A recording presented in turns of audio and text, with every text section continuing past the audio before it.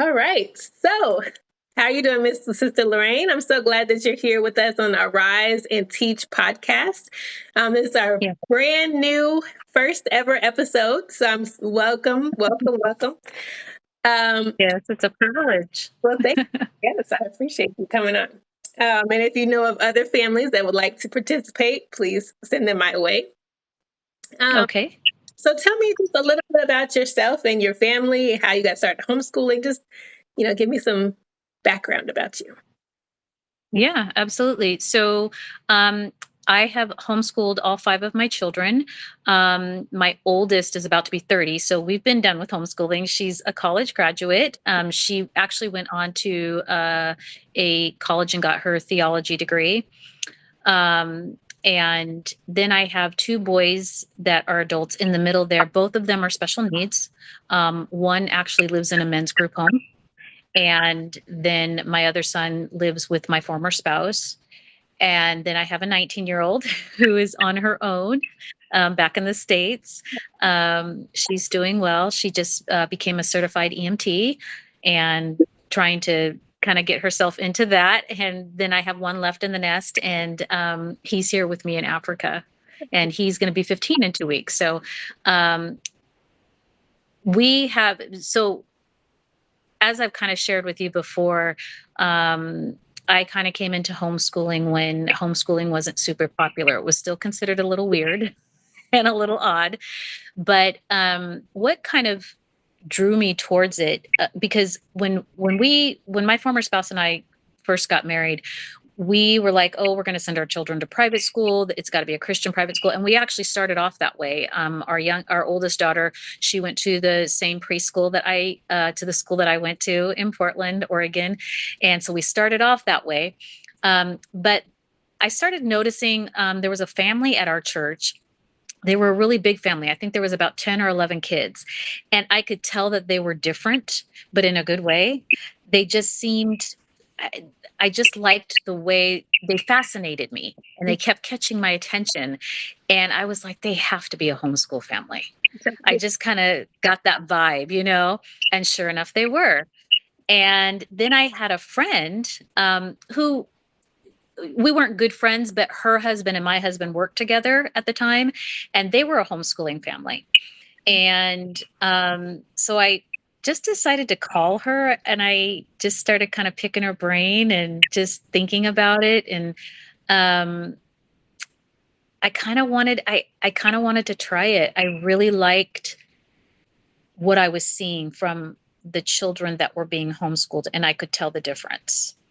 And just wanted to try to see, what I could do. I mean, I was already home, and my daughter, so she went to preschool at a private school, and then it's been so long, I'm trying to remember. I remember we went to the kindergarten after the preschool orientation at that same school, and we didn't have a very good vibe from the teacher. And so I didn't know what we were going to do. And so I did homeschool her that kindergarten year. And then I kind of got intimidated by it, and I put her in the public school up the street. She was there for, I think, maybe 2 weeks max. She was At the very most. It was like, yeah, no. She got sick right away and with some cold or something or other. And I just felt like it was depressing. Like, I was like, I can't send my daughter here. And so I pulled her back, and then that just started our journey. I just got real committed. I plugged into, at that time, I didn't plug into any homeschool groups. There weren't a lot, but I wasn't sure how I felt about that at that time. I kind of just wanted to test how we were going to do this. But back then they had homeschool stores, and a lot of them there weren't a ton, but there was enough to where you could get what you needed. And I wish they had those now, because there was one in Washington, and we had to drive kind of far, but I think that there are still some, but they aren't as popular. But those were wonderful.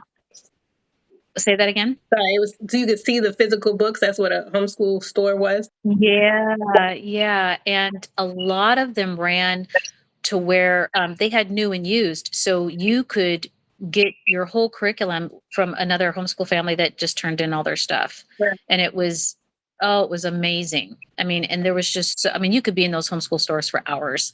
There was so much to to glean from, you know.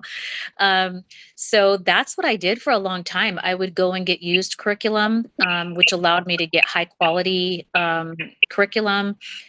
Now and then it kind of turned into, there were seasons where there were homeschool book exchanges. Sometimes they were held at churches and people would come and bring their stuff and you could purchase them.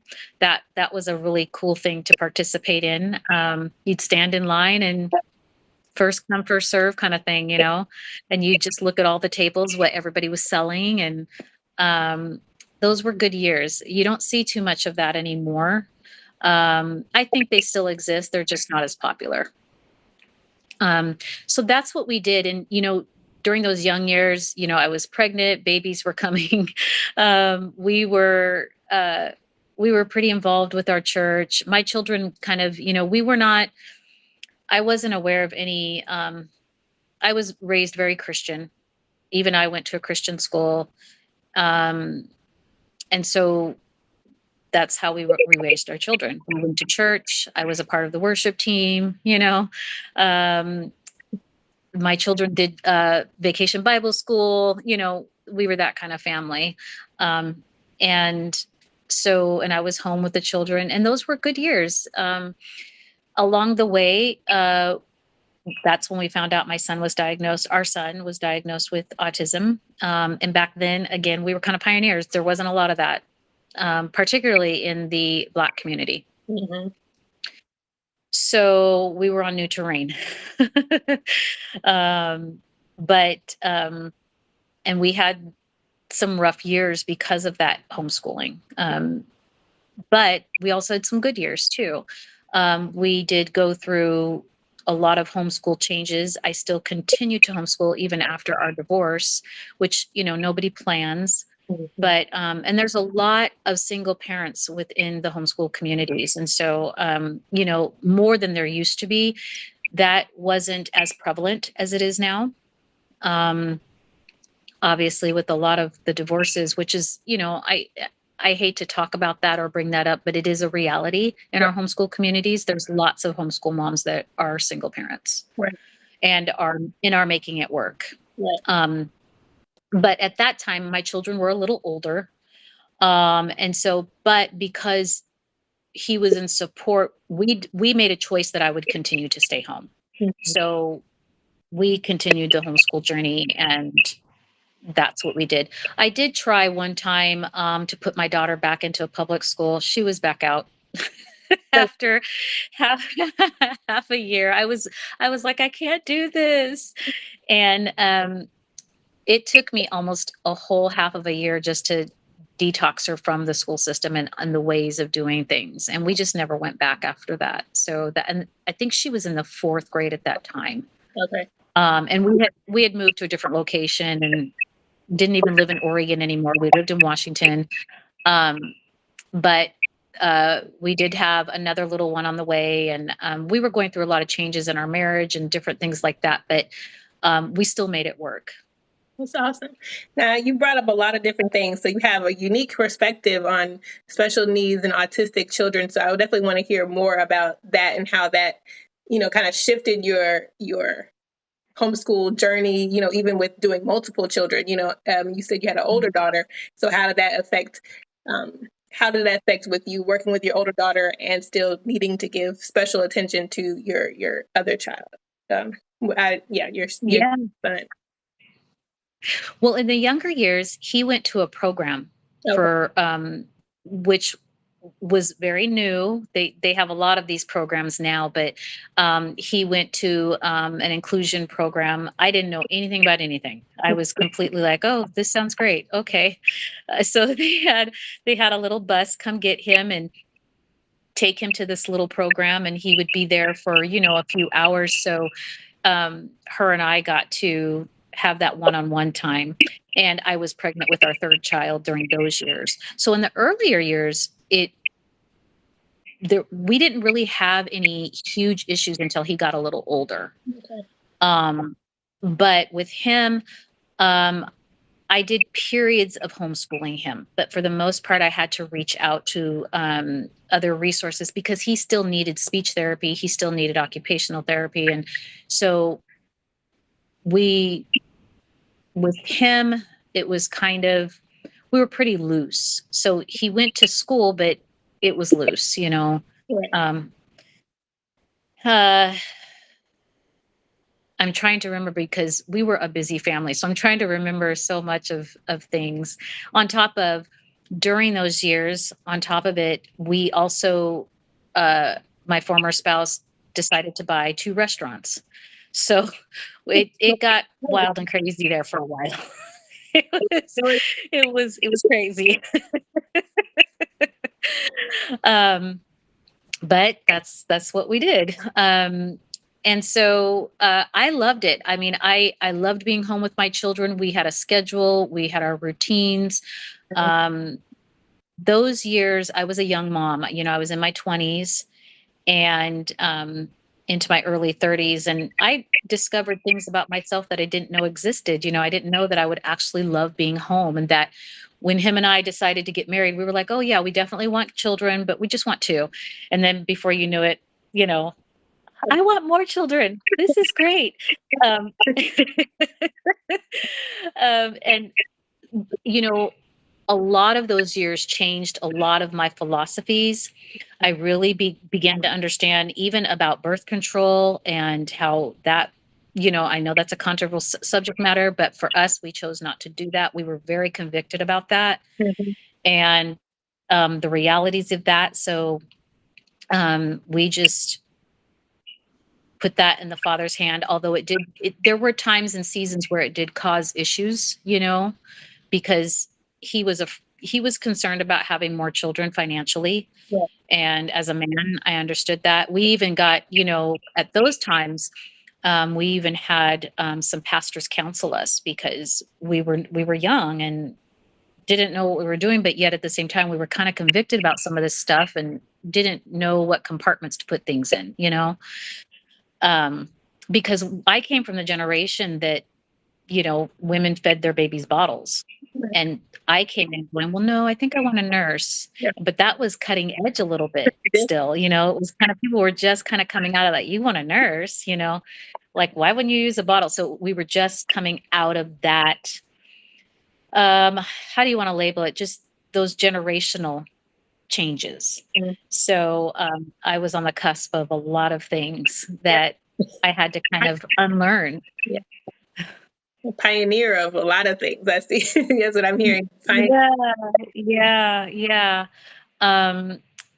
Some of the resources during those years that honestly stayed with me for many years. Back then they had magazines. Now everybody's gone online.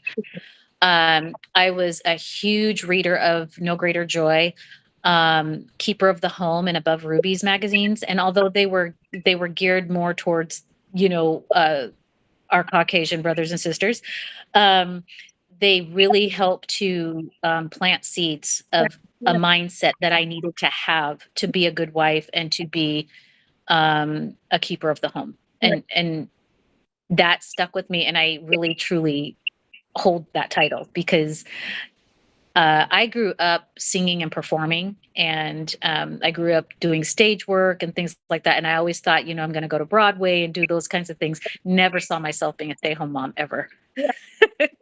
And learning to can and bake bread and yeah. I will just put you in a situation and then change your mindset completely. You know what I'm saying? Because I was on that same. I was like, I did not want to get married. I don't want to do none of that. But he will put somebody in your life, or he'll change, some circumstance in your life, and you're just like, yeah, I never want to do the other thing that I had planned ever. So that's beautiful. That's a blessing. Yeah, no, I wouldn't change it. And when I say I was hardcore singer and performer, I was. That I grew up going, this is absolutely what I'm going to do, and but even I did music in my early pregnancies. There was a show that I did that was on TBN for a while, and they would show it every Easter, and I was like, "Oh my gosh, I was pregnant." Yeah, yeah. So it stayed with me for a long time. Even so later on, when my last son was born, he was not quite a year. I actually got an offer to do a show um, in Portland called Ain't Misbehaving, and I had to say no, and I cried my eyes out for a very long time. Mhm. I just went in the bathroom and cried because when you do those types of shows, usually your rehearsal time is very crunch. You know, they rehearse for about 2 months. You have a lot of music you have to learn. You have to learn lines, and I would have had to taken the two little ones with me. It was nuts. It would have just been, I, yeah, no. And I had an epiphany, I guess, at that moment. Like that life is gone. Yeah. It's gone. Yeah, yeah, But then y'all filled it with something so much better. It's like now, because you look back, it was a hard day, but then you look back and you can say that, y'all blessed you and you never changed or yeah, never did differently. So that's a beautiful thing. I know that you said yeah. one thing about the magazines that you were reading, and Yes. I think that's important because I know that so often as homeschooling moms, you are often in that same role of homemaking and homeschooling at the same time.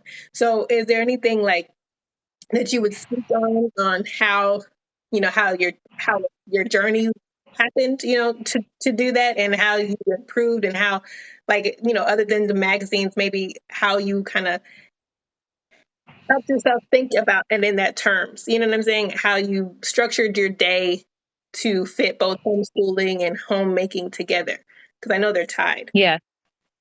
Yes, absolutely. Um, so we got up every morning, was Bible time. Um, and so of course it started off with just my daughter, because she was the only one that was, um, there at that time, and it was great. We would sit on the bed. When I first started homeschooling her, she would come into my room, we'd sit on the bed in our jammies and do our Bible time. And then we did little increments of work. We were scheduled, but I had done a little research on what was appropriate for schooling at the table and what that might look like. I was very scheduled, not rigid, but just we had our routine. We went on walks daily.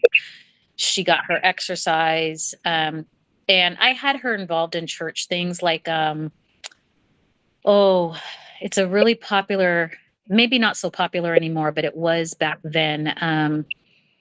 It's on the tip of my tongue. It was a really popular thing to do midweek. Like prayer, It'll come to me, but what's that? is that prayer meeting or something, or no? That's for kids. It it was for children, but it was like you worked through books, and a lot of churches did them. I can't remember what it's called. It was very popular. It'll come to me probably. Um, at our church, they had Pioneer Girls and Royal Rangers, Hmm. and so it was and they would work towards things almost like a Christian Boy Scouts and Girl Scouts, almost like that. But they would work through different things. So I always had them involved in things like that. Um, I tried to be present. And our homeschooling went through phases with each development. Or if a baby came, we would have to adjust, obviously, because I was tired. um, from nursing or, being up in the middle of the night or whatever the case may be. So we had stages, but that was the beauty of being home. Hmm. We could do that, Right. you know. Right. Yeah. We could take our time.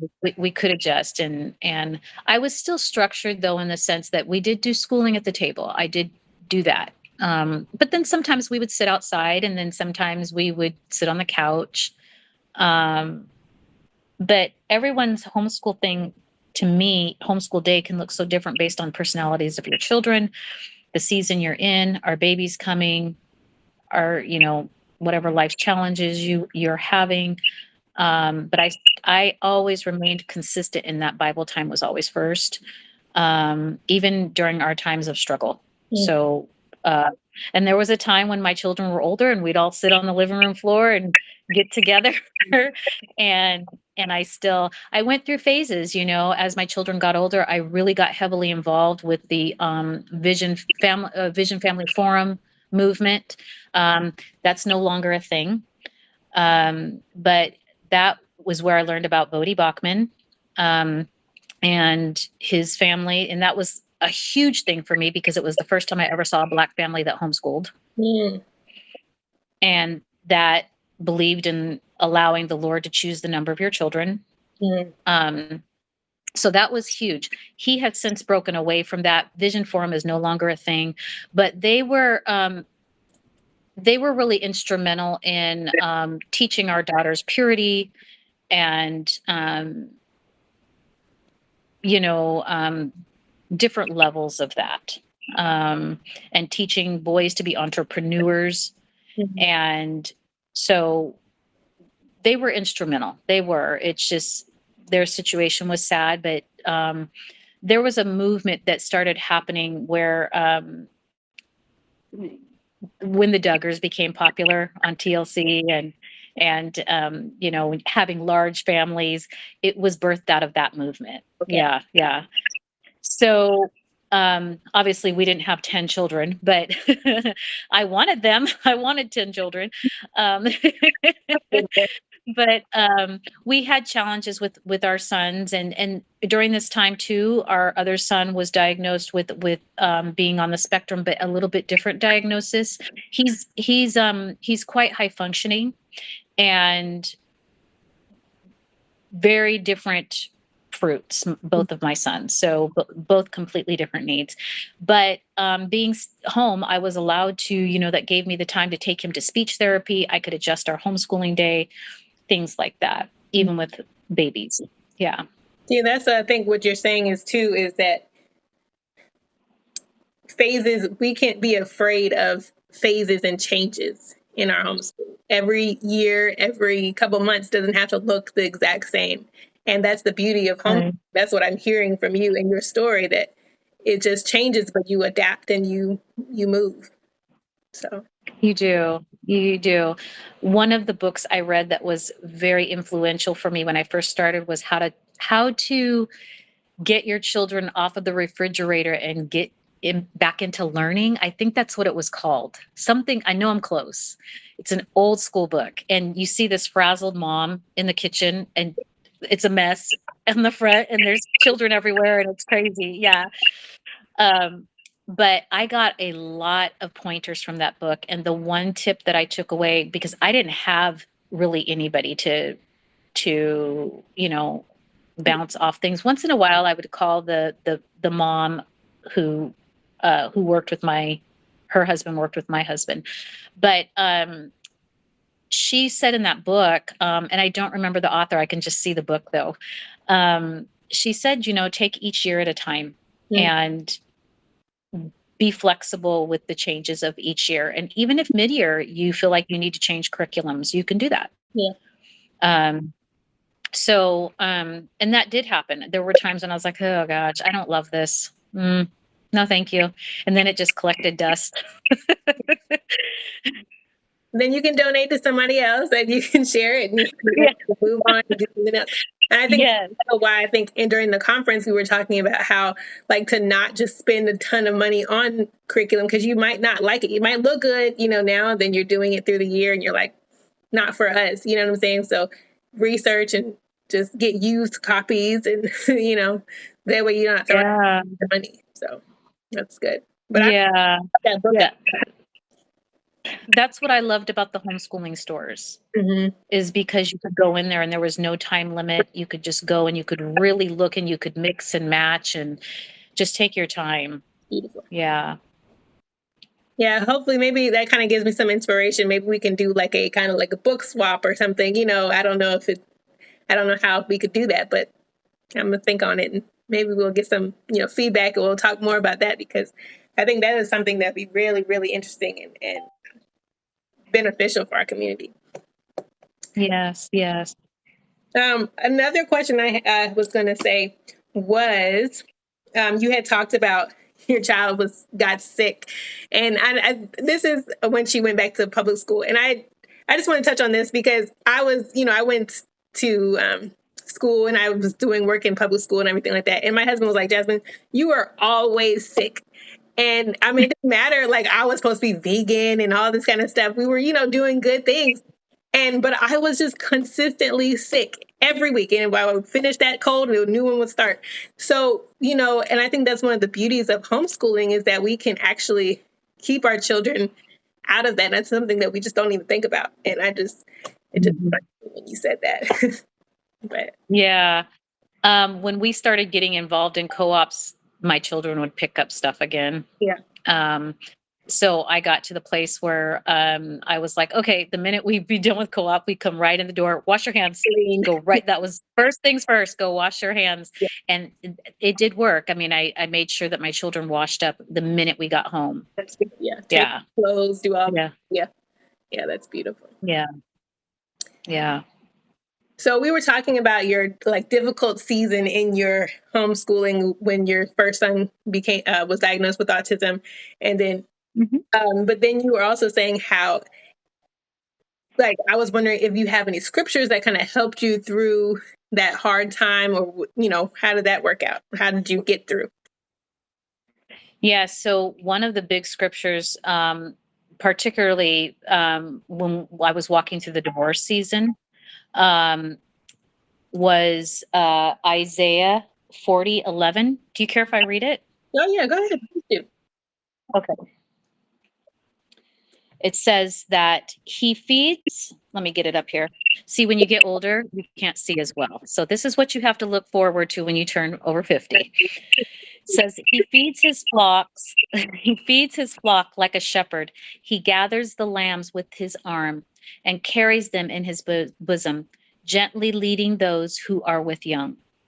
And the King James Version is, I just read mine from the Hallelujah Scriptures, but the King James Version is worded just a slightly different. But basically, that the Father is with us that are with young. And I held on to that scripture for a long time. And I even gave it to some other moms who were single moms in our co-ops later, as my children got a little older, that were in those seasons as well, because I had been there. I love that. I'm going to have to put that, in the front of my, make a poster or something like that, Isaiah 40:11. And that's beautiful, because he always refers to his people as sheep. And so, especially as a young mom, it's nice to be carried and comforted, so that's beautiful. Yes. And then the other one was Titus 2:1-6. And that particular scripture is very popular. But when I was going through those seasons for quite a few years of reading about being a keeper of the home and Above Ruby's magazine, and learning from those women who had been homeschooling when it really wasn't popular, really learning how I wanted to plant seeds into my daughters. Mm-hmm. And so my daughters, of course, are their own women now, but my daughters do cover up. They do not dress, inappropriately. And I really wanted to have them see me modeling, regardless of the fact that there was a divorce. My situation was slightly unique with a divorce in that my former spouse was very supportive. And I know that that's not the case for a lot of people. He made it so that I could stay home. Mm-hmm. So, and he was involved. So, the children were with him, and, we co-parented very well. We still do, because we have two sons that have a lot of needs. And so the children really I don't think that they were as disrupted as you might think with a divorce, just because of the way we were with each other. And in fact, we had people going, "You guys are divorced?" It was, yeah. And, looking back, we were, and I'll speak for myself because we both have owned up to our own stuff, but I was very young and immature. And although I was very into my family and very into the home, I had a lot of growing to do. I was, selfish.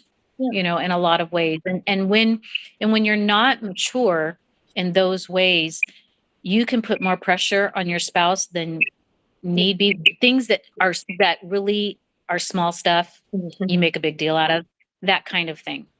And really putting too much pressure on your spouse to make sure you're happy, and it's not his job to make you happy. And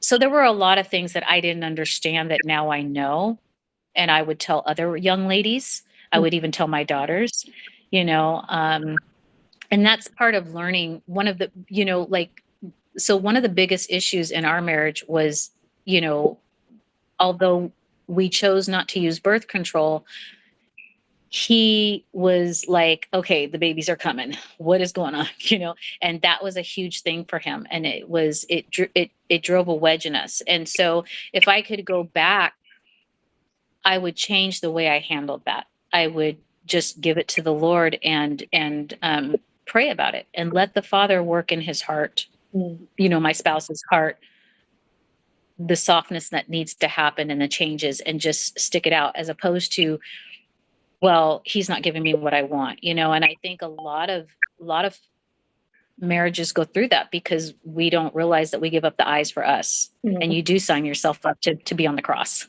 You do.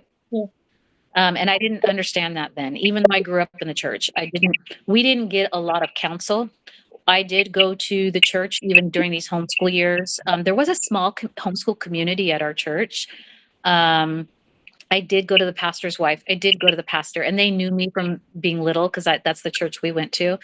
And we didn't really get supported. And these were Black people. This was people of color. And we didn't have anybody praying with us. We didn't have anybody say, come in, let's talk about this. This is doable. We can work around this. We just need to get some training here. You know, we just need to, you know, yeah. We just needed to be discipled, to be honest, if I can use that word, you know. But even through those years, the children did okay. And we stuck to our homeschool routine. With my oldest daughter, in the high school years, since she was my first, I did plug into a community that it was kind of like a school for homeschoolers, and that worked out beautifully. She was able to do her core subjects there. She learned guitar there. It really was again, we came up in a time where a lot of things were still, for lack of better words, kind of pure. Homeschooling was still very pure. And now you kind of don't know what you're going to get. You gotta test everything, every spirit at this point. And every doctrine or thing that's pushed, you have to test it against God's word, because there's a lot. Yes. Yeah, absolutely. And my children, you know, and I don't want to give the impression that, you know, we had this godly house and it was perfect and all these things, and our children weren't naughty, because they were sometimes. And but we didn't have sibling rivalry.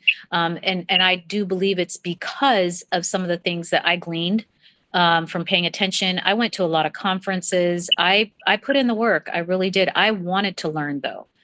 The Women of Faith conferences were really big back then. They're not a thing anymore.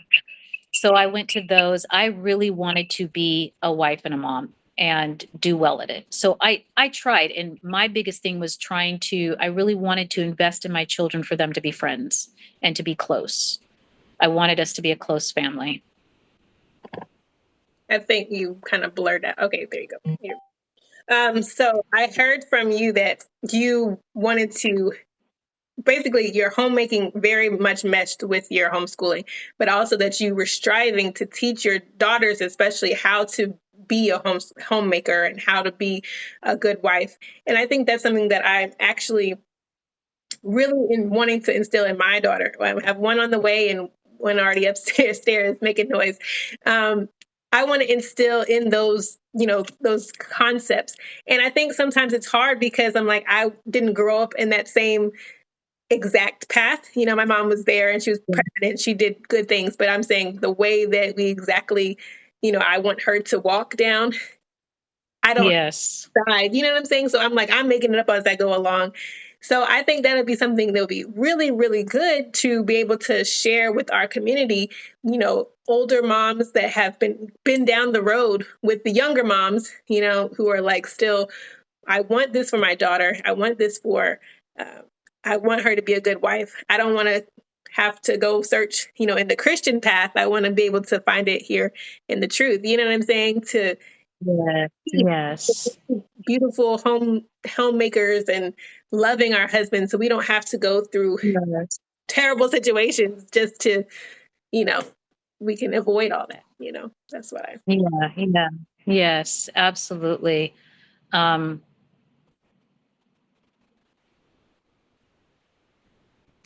I was going to comment on something you said and it has floated away. but I think that's something that I really would love to kind of bring to our homeschooling thing. And I think you said also a lot of the marital issues would have been avoided if y'all had somebody to be, support you. Yes. And that's kind of what Yes. we have to do with our encouragement chat is to be able to start to talk to moms, like tell them, hey, we got some people here that will pray for you. And even if it's like one-on-one, you need Yes.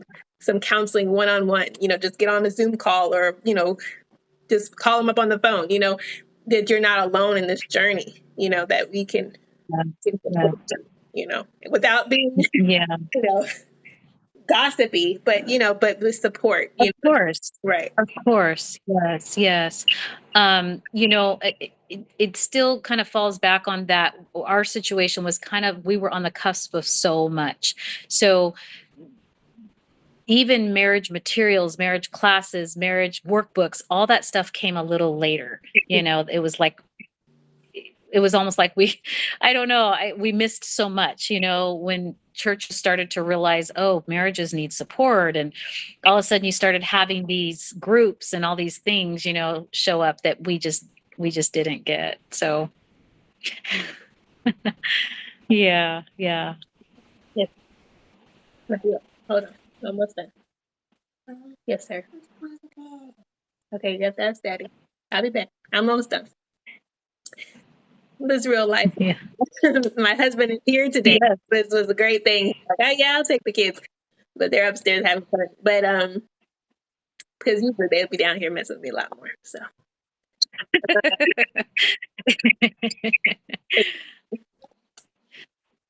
what? Oh, And I remember those years. they're young, so they need a lot of. Yeah. So as we close, because this has been wonderful. Um, And I think I learned a lot and also got some ideas of things that we need to provide for our community based on your story. But I was just wondering if there's one thing that you could change about your homeschooling. If you could go down, I know you said you don't want to change like your experience, but if there's like one little thing like, okay, I would do this better, what would that be? Um, that's a really good question because I don't know that I could change anything because I kind of went with each season that we were in. Like even now we're here in Africa and I have one home. So now we're doing online schooling. I don't love it, but it's what's available. Yeah. Um, it kind of it goes back to, I guess, kind of what I was touching on about the former situation with my former spouse was if I could go back and change anything, I would have changed that because that would have actually changed the homeschooling as well Right. on the levels Right. that we could have gone further with certain things. But we did a lot of stuff. We went on field trips. We got involved in co-ops. We had a lot of great experiences. We really did. We really did. We did a lot of hiking. We just did things, because we could. Right. So I think also too, as I'm chewing on that, I kind of I can't change this because I didn't come into understanding of the importance of Torah, keeping covenant. I started getting remnants of it towards the latter years. Mhm. So I would have done things a lot differently had I had more knowledge of that. And in fact, I talked to my oldest daughter about that a couple weeks ago. I said, I'm so sorry. I said, you guys grew up on Veggie Tales and Vacation Bible Schools. And she was like, Mom, it's okay. I mean, we understand, Yeah. but it does change how you homeschool when you understand not just part of the Word of God through a Christian lens, but when you understand it through Hebraic lenses, it absolutely changes everything. So that is something I would have changed, but I didn't. That's not how it played out. That makes sense. And one other thing, I was looking through my notes. There's one other thing. So I know that you said that you enjoyed going to conferences, looking and searching for ways to grow. And I think that's something that we have to touch on. People are scared of homeschooling. They may say, I don't have enough knowledge. I don't have this, fancy degree and all this kind of stuff. But I think there's something that you said that you can do it yourself because you're always seeking and learning, being a forever learner. Could you have anything to say on that, like how that affects you, your homeschool? Yeah, so I'm a huge reader. So I enjoyed, reading books and, getting anything I could from the library. I'd borrow things from people and read it and give it back. And I liked magazines. So I was really always trying to see how I could grow in the Lord, how I could be a better mom. I was always doing those types of things. But, you know, the generations coming up, like yourself and some of you younger sisters, everything's on the internet and you have YouTube and you have Instagram. And we didn't have any of that when I was homeschooling. None of that. I mean, it was still dial up AOL, when you would clog up the phone line, if someone was on the computer. So we didn't have all those things. We were still playing CDs and listening to conferences on CDs, and you actually had to go to these conferences and things like that. So times have changed and the culture has changed even within America. Right. Yeah. And Yeah. I think that also says, though, we have a wealth of information, but the information now is you need to have a stable mind to really understand what is good and what is not. So I think that even with like reading, we have a book club we're starting up, and Oh, wow. just actually get information that's concrete and then testing it. Like, as Israelites, we've been through this testing phase of like, here is the information I've been presented, but then does it match with Yah's word? You know what I'm saying? I think we have to do that as long with homeschooling, all the different styles and ways to do things. Does it match with Yah's word? And how can we fit it into our lives? You know what I'm saying? And I think that's something Yes. you said was Yes. a huge thing. And I think that we can't just force our kids to do it, but we need to, and me, I'm speaking to myself, you know what I'm saying? Because you can get, Netflix is just fun to do. You need to sit down and watch some Netflix, but like actually reading a book is very beneficial. So I think that is a great point that you made. And Yeah. I had my children read books too. Like we went to the library every 2 weeks, and they had to be approved. I let them read what they wanted, but sometimes it'd be like, no, that will be back on the shelf. Sometimes it was just like, no. And again, even that's changed. When you go to the library, I noticed the shift with my younger two, that started the books in the children's area were starting to be darker and more inclusive. And, it was just changing a lot. And even now, we're still learning. I'm still learning. I don't do the feast perfectly. I'm still learning. There's just so much still that we're trying to trust the Most High for, and just having one at home, and he's a teenager, and he's at that phase where everything's kind of dumb. So yeah. I think what I'm trying to teach my son too right now is with the library, like creating in him his own discernment. Like, so he'll tell the librarian, oh, no, we don't do dinosaurs or something. You know what I'm saying? Like, whatever. Like, he'll have this whole conversation. I'm sitting there like, Yeah. I mean, it's good, but, he'll have this whole conversation with them and like, telling them why he doesn't do this. No, we don't do Christmas because of this. And he asked one little girl, he's like, are you a Hebrew? Like, you know what I'm saying? So like having that discernment for himself will help him be able to choose what books are correct. And, he'll bring them to me and all that kind of stuff. So I want to Yes. still young, but I'm hoping that we'll continue, if I start young, that he will continue to have that discernment. Yeah. Older, Yeah. Yeah. And I know the libraries are different in every place. Like, we were huge library people. I went to the little preschool groups and did the little crafts, the story time. I did all that kind of mommy stuff, and just anything to get the children out and just get them involved, in the community. I tried to do that as much as I could in a healthy manner. Yeah. And I think that community with homeschooling is so important. I know that not everybody does that, but for me, it was so helpful. Mm-hmm. Yeah. So helpful. Yeah. That's beautiful. And that's another thing I'm trying to implement with our homeschool, Hebrew homeschooling network, is trying to build up community and maybe even find local people. I know you're in Mauritius, Africa, so I don't know how to find people over there, but if I can, I'll try. But that's one of the goals. So I lost my train of thought. I was going to say something else and I lost it. But okay. So is there anything? How can people contact you? I know that you have a ministry called Graceful Guidance Ministries. How does that tie in with homeschool, and how can people reach you with that? Okay. So Graceful Guidance, I don't know that it really necessarily ties into homeschool, because I just started it about a year ago, and I'm actually, my homeschool years are starting to wind down. But it was really birthed out of my own experiences. So I started because I was a mom of a homeschool of special needs sons. And then I became a registered behavior technician. It kind of birthed out of that. I started Journey Unto You podcast, and I've put a halt on that because we moved here. So it's just been a lot of transition. But I also started Journey Unto You YouTube, which has all the podcasts uploaded on there.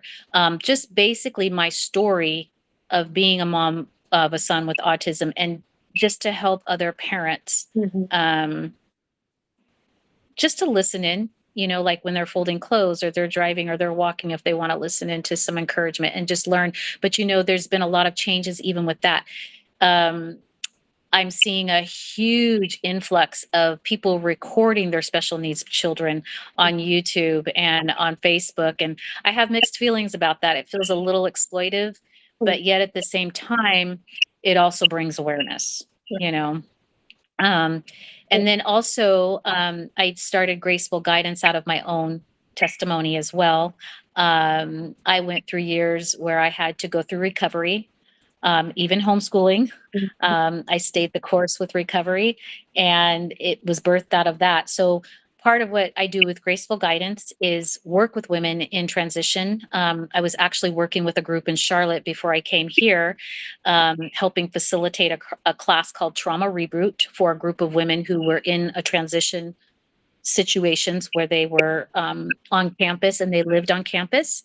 And Graceful Guidance was also birthed out of, so I also help parents with training and coaching if they're having behavioral issues with their children. I don't necessarily take, so because I'm a trained RBT, I can't practice ABA without a BCBA, but I pull concepts if need be. But I do that. And also, the whole vision was also to bring in healing and deliverance prayers as well. If someone wanted to go that deep with me, that is an option. So Graceful Guidance kind of has this umbrella, just birthed out of my own life. That's beautiful. That's beautiful. So Journey Unto You and Graceful Guidance Ministries, and I will put those links in the chat. And this is the beginning of sharing our stories and being able to connect with other moms, because I'm sure there's other moms that are out there struggling and having similar experiences, obviously not your exact, but similar experiences to you, and want to connect and get a deeper level. And, especially being in Torah and walking in the ways of Yah, that we can share our lives and experiences with them. So that's a beautiful. Yes, yeah. Yes, absolutely. And whatever I can do, even here in Mauritius, I just connected with an orphanage that I hope to be doing some volunteer work there and just, serve however I can. What are the needs, Yeah. Yeah, Under Graceful Guidance Ministries. that's good. So, yeah. Yeah, well, Yeah. keep us informed on that and see how that works and how that goes. And Yeah. lovely. Yeah. Well, Thank you so much for having me. yes, we love. This is a good conversation. I'm like, maybe we need a part two or something, because I didn't get to most of my questions, but I was like, it was just going so well that I was just like, it has a lot of information, and your story is beautiful, and it speaks to a lot of moms, and I hope that this Yeah. helps and benefits others. Is there any final things that you would like to say, or anything like that? Well, as you were just talking, I just think it's really important for moms and dads to not feel isolated, and especially if you are a single mom, because I came from that where it was taboo, Right. Especially in the homeschool community, to not have a husband, so to speak. And we just don't live in that world anymore. And I really want all moms to feel supported, whether they are in covenant marriage or they're not, no matter, because we all have history, and we've come from different things, and we have different situations. And so, but we need to be supported because our children deserve that. Yeah. Right. We're creating kingdom kids, so we have to get our children on board. So that's beautiful.